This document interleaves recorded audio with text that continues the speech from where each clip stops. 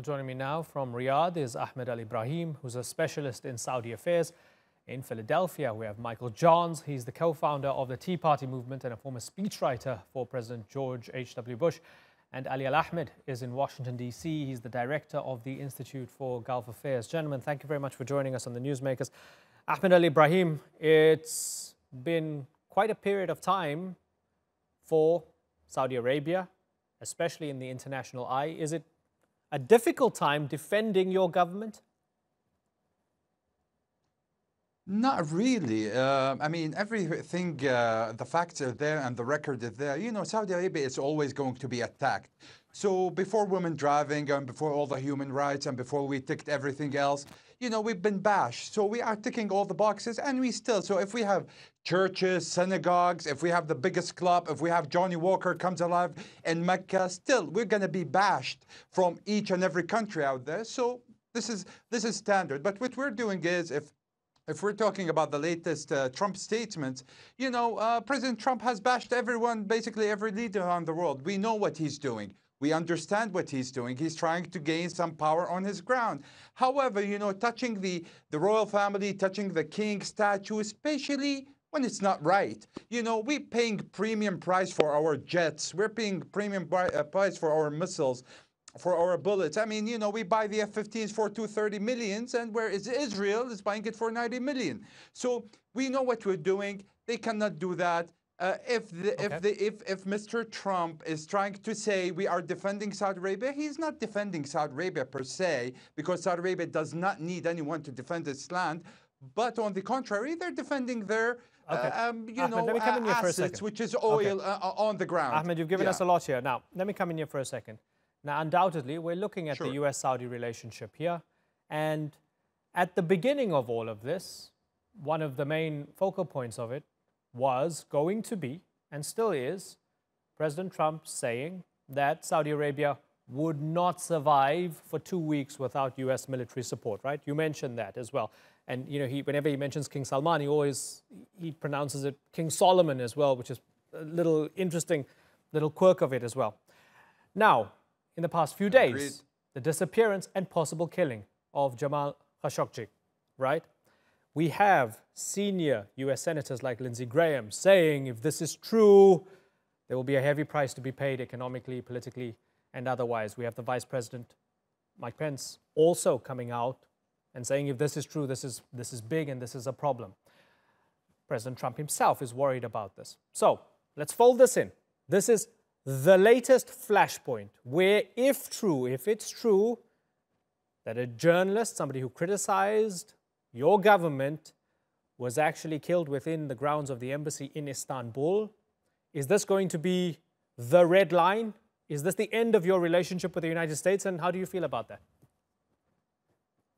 Well, definitely, Jamal Khashoggi never bashed his own government and his own leader. He was talking, he has his own views about human rights, how it's been handled in Saudi Arabia. You know, we cannot satisfy, or the government cannot satisfy anyone. However, you just mentioned the killing of Khashoggi in Istanbul.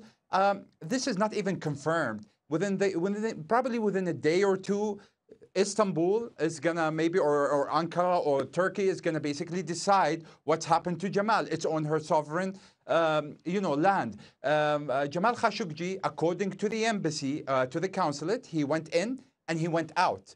Out of the premises of the embassy, yes, Saudi Arabia is responsible for their citizen. And that's why Saudi Arabia is working with the Turkish authority in order to find Jamal Khashoggi, the Saudi citizen, that he is not actually bash his government or he talks about of the king or anything. If you go and you check his tweets, he keeps basically retweeting things about what's the initiative of Crown Prince. He always say positive things. He take from the local news and he retweets it. I mean, study Jamal Khashoggi very well before we issue a very critical statement that he's against of the Saudi government. His family is here. His son is here. His extended family is all of them here. I think we're on a bit of a diversion here, Ahmed. Ahmed, we can disagree to the... It's not diversion, it's facts. We can disagree. It's facts. We can look at the variability of his statements about whether he criticizes the crown or not, right? Ultimately, here's a man, he's in America because he said he fears for his safety. Or he was in America and then he was in Istanbul. But nevertheless, the actual fate of the man is under question. and we take it very seriously. Yes, it's unconfirmed. The actual fate of the man is under question. We do not know for sure, but there's a strong suggestion, and we have sources within Turkish police and within the Interior Ministry who are saying that the man was quite likely killed within the embassy grounds. So I'm going to ask you the question again before I move on to my other guests. If this is true, is this the end of your relationship with the United States? Would you accept that? I don't think it's going to be true, and the relationship with the United States that is not defined by somebody who has no relation to the United States. It's like Saudi Arabia cutting relation with the United States because of John Snowden. I mean, who cares about John Snowden? We don't interfere in anybody's business. However, we still don't have an affirmative between the Saudi intelligence and the Turkish intelligence what happened or what's the destiny of Jamal Khashoggi. We hope he's alive. We hope he's going to come out soon. The only people who basically was hammering the story about him getting killed is the state of Qatar. So you take it and you fly with it. They did so many tweets online from Al Jazeera and they deleted it. So I'm going to leave you with that and you can take it. We can talk about tens of thousands of Saudi trolls who were also saying he deserved to be killed and dismembered. So we don't want to go down into that. No. We don't want to go down into that. Because if we want to use Twitter as a litmus test. No problem. If we want to use Twitter as a litmus test. Well, you're speculating and you're assuming the guy is dead and you're putting it to Saudi Arabia and tell me about the relationship between Saudi Arabia and America. You cannot base on a fallacy. You're saying the Qataris are amplifying it. Ahmed, you're saying the Qataris are amplifying it using Twitter. Absolutely. Using Twitter as your reference point. If we had to use Twitter as a reference point, we have to include the tens of thousands of Saudi supporters who are saying, you know what? We killed him and he deserved it. So let's not go down that rabbit hole. Let me bring in Michael Johns. Michael Johns. I'm talking about Al Jazeera, about the establishment. Okay, Al Jazeera, the establishment. Okay. Michael Johns, let's come in. You can go on. Are we in a unique phase of relations between the United States and Saudi Arabia? Yeah, I would say in many respects the relationship between the United States and Riyadh has strengthened on President Trump's watch. I mean, he had an immensely successful visit in 2017. We had, I think, the largest arms deal in the history of the world between the U.S. and Saudi Arabia. We're much more aligned with concerns to Iranian-sponsored terrorism in the region. And yet, of course, as has always been the case, there remain issues that are troubling. Human rights is always historically been one of those. But I'm reminded when FDR first initiated his relationship with the House of Saud, he said, we're not here to lecture.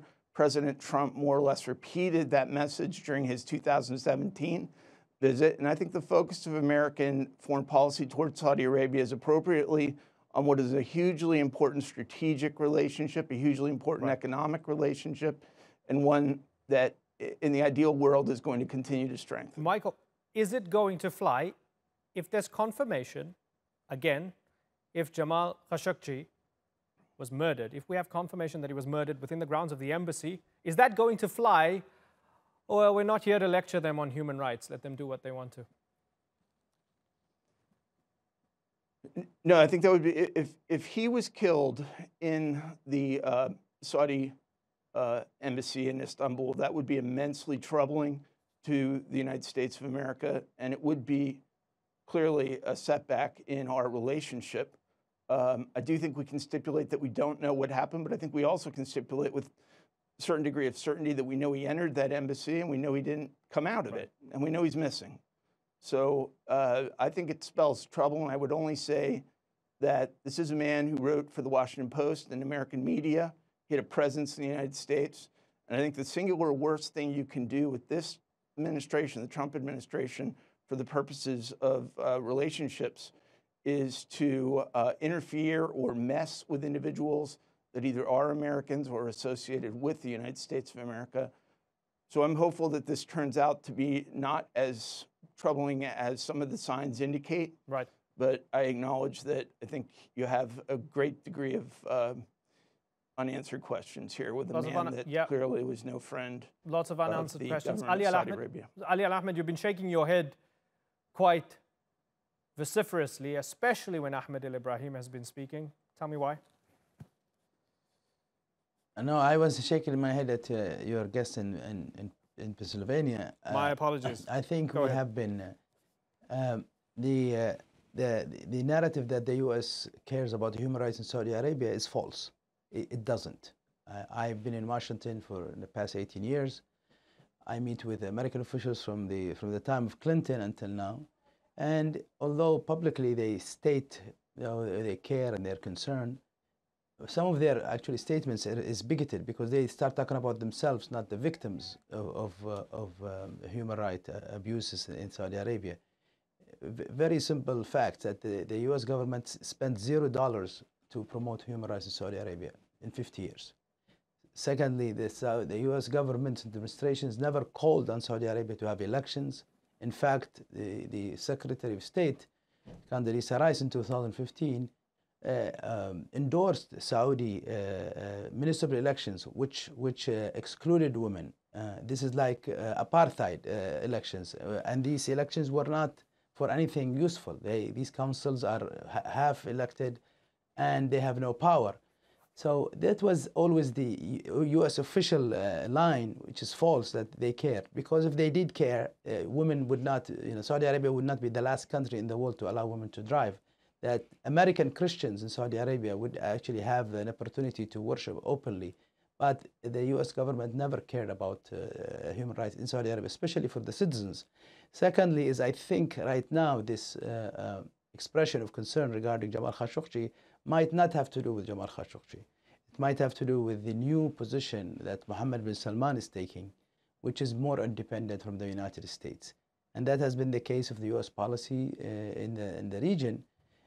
No matter what you are, if you are an absolute ruler like Mohammed bin Salman, if you are an elected liberal secular prime minister like Mossadegh in Iran, if you start acting on your own, then we will turn against you. And I think Mohammed bin Salman is starting to build his own Let me ask you very directly. 2 weeks. Is Trump right when he says Saudi Arabia will not survive for 2 weeks without U.S. military support or the U.S. military umbrella? Is he right? This is an exaggeration. He's right in part, meaning that the Saudi security has been always guaranteed by the United States. It used to be the UK against domestic and regional powers. I have to say that, and I experienced this. The U.S. government has worked diligently, and this has been not me. I mean, admitted to me by members of the previous administration that yes, we will stand in your way if you try to change things in Saudi Arabia, because the king and the monarchy is our allies. And that's even you if you are a person who wants to bring in, liberal democracy or liberal rule. And that's the reality. That's the realistic view of the American administration's or regime policy in the region. They don't want countries that are independent, that spends their money on their population. They want countries that they use as a resource to either to sell weapons or to use as proxies in the region. And Mohammed bin Salman, I think he's changing that right now. He's probably want to fly on his own. Okay, so Ahmed al Ibrahim, I know you and Ali Al Ahmed don't agree on much, but would you agree with him on this, that Mohammed bin Salman is shifting the dial a little bit and the Americans don't like it? That's why President Trump is resorting to saying things like, you're not going to survive without us, be careful. Absolutely, Mohammed bin Salman is aligned with everything that we want and where he's taking the ship and taking it to an advanced level. Look at all the, I would say, the good social human rights event that has actually been hitting the countries. I know for a fact with the private circles of President Trump, he is really, he always make Crown Prince Mohammed bin Salman as an example on how he is decisive in making measures and taking the ship in a very fast speed. Definitely, he's going to the right way. But again, not everything is perfection within this country in Saudi Arabia. There is mistakes. Mistakes come back and solve. This is the first administration that comes into Saudi Arabia or King and Crown Prince where they make decisions and they test it. And if it doesn't work with the society, they take it back. So I think we're ticking everything. But the challenges for Saudi Arabia is so huge. We are in a war with Yemen. We have Iraq in the north. We have Syria. We have Egypt. We have a lot of countries that we are taking care of. We have Iran, and we have all the other issues that, regional intelligence, they had to infiltrate within Saudi Arabia. This is a lot on one country, and we are also developing ourselves. So how much can you ask from the Crown Prince or the King to do while you have all these challenges? Okay. I mean, give me Ali another Ahmed, country, they have the same challenges that Saudi Arabia has. Okay, Ali Ahmed, do you accept that argument that the Saudis are in a defensive position in the region? They've got all of these challenges that they're dealing with. They've got a lot on their plate. I mean, they do have a lot on their plate, but I think it's due to their policy. I mean, they have been allied with the United States, and they were involved in several wars, and regional wars against Iraq, for example, and the campaign against Iran that's been going on, and cost Saudi Arabia trillions of dollars probably. And now with the Yemen war and other like in the Saudi involvement with Egypt and then with Syria, the Saudis would have been better off if they had made these deals with their with their regions. It would be cheaper. Somebody said very smart thing the other day. Said, like, if the Saudis made a deal with the Iranians, they don't have to pay the Americans $400 billion. They would save a lot of money. They use that money in their country, but that will not make the U.S. happy. I think there is a Western mindset that we need to keep these people fighting so we can sell them more weapons. Okay. We don't sell them things good for their country. So let me ask Michael John. Michael Johns, is that fair? So Michael Johns, is that just to interfere? Hold on, Ahmed. Just for a second, Ahmed. Just a sec. Michael Johns, is that fair? Divide and rule, a kind of imperial mindset. Let's get the Iranians and the Saudis to keep on fighting each other. Let's not have them have any rapprochement, so that we can have an influence in the region. Is that something that's within the thinking, within the White House, within the Pentagon, within the State Department? I think it's true that a strong and stable Saudi Arabia is crucial given the hostility that Iran has demonstrated throughout that region. I don't think it's a divide and conquer strategy. Our goal is not to conquer. Our goal is to maintain the security and stability of Saudi Arabia. And I think with the withdrawal from the Iran agreement, the strengthening of our relationships with Saudi Arabia, the promising, at least marginally, liberalization steps that have been taken within Saudi Arabia, MBS's acknowledgement of the security threats and the importance of the U.S. relationship should all be viewed as encouraging signs. And yet, we're not under any illusions that this is some flourishing Jeffersonian democracy. I think it's simply an acknowledgement that we understand, and this president correctly understands, that there are some inherent limitations to what the U.S. can do. And our track record there is not very good, by the way, in forging human rights changes abroad. 1979 in Iran is maybe one of the better examples when we isolated the Shah of Iran only over human rights issues alone, only to see the emergence of a regime that was not just worse from the standpoint of their relationship with the U.S., but even more egregious in their violations of human rights. Same could be said of Nicaragua in 1979. It was that time when the Shah started to go independent. Okay, and this is interesting. And you know what? I would love to have this conversation about that, but it's almost a different discussion, whether pushing for human rights created something worse. Maybe we can have both of you back on to discuss that in the future. Ahmed al Ibrahim, you wanted to jump in. I want to be fair to you. Go ahead. We're almost wrapping up. Go ahead, Ahmed.